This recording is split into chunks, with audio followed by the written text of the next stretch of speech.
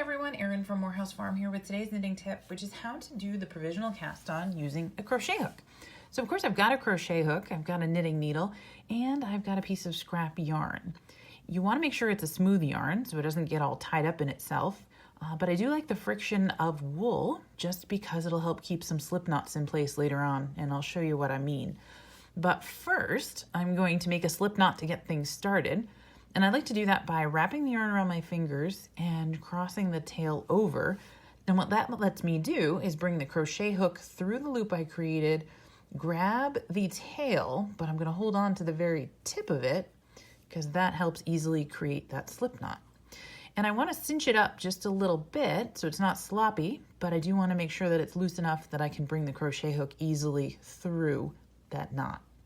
So what I'm going to do next is take the knitting needle in my left hand, crochet hook in my right, and cross the crochet hook over in front of the knitting needle.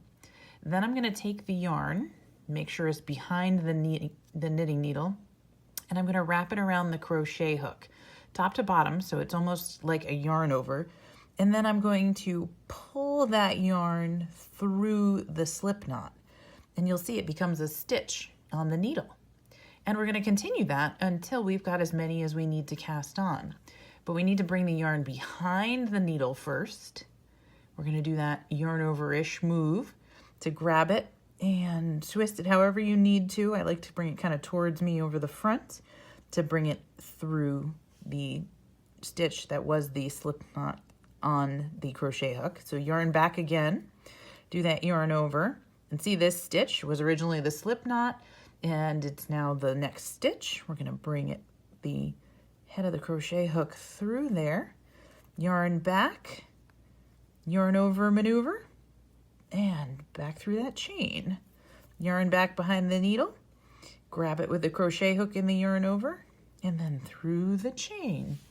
Sorry, it's a little awkward as I'm getting to use my hand again. Limited motion, but I'm doing good, so that's a plus, and I'm figuring out how to do this. So if it's awkward for you, I feel your pain. We're just going to keep practicing until we get it right or get it comfortable, because I think this is actually pretty darn right. So far, so good.